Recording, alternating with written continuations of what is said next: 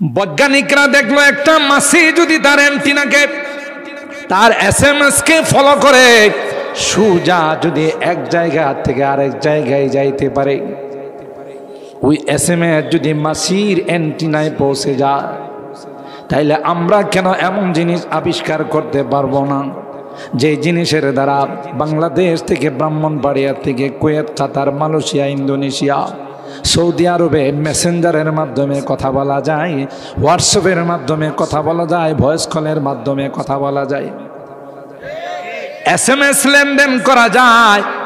তাই বৈজ্ঞানিকরা অনেক কষ্ট করে মোবাইল বানাইছে, কিন্তু আল্লাহর দেওয়া মোবাইল থেকে অনেক অনেক গুণ পিছনে আছে।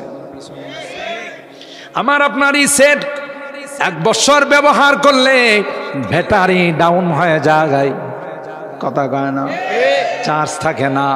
আবার কিছু কথা বললে দেখা যায় গের গের গের গের গের গের করে কথা বলেন, ঠিক কিনা? মোবাইল সার্ভিসিং এর দোকানে নিয়ে গেলে মিস্ত্রি দেখে বলে আপনার এটাতে ভাইরাস ঢুকছে, এটা পরিষ্কার করা লাগবে, ব্যাটারিটা ডাউন হয়ে গেছে, এটা পরিষ্কার, এটা পাল্টাইতে হবে। আল্লাহ ডাক দেয়া কয়, কতদিন আগে আমি মাসির অ্যান্টিনাতে মোবাইল ফিট করে দিছি, ওইটা তো কোনো দিন কোনো ভাইরাস তার মধ্যে ঢুকে না।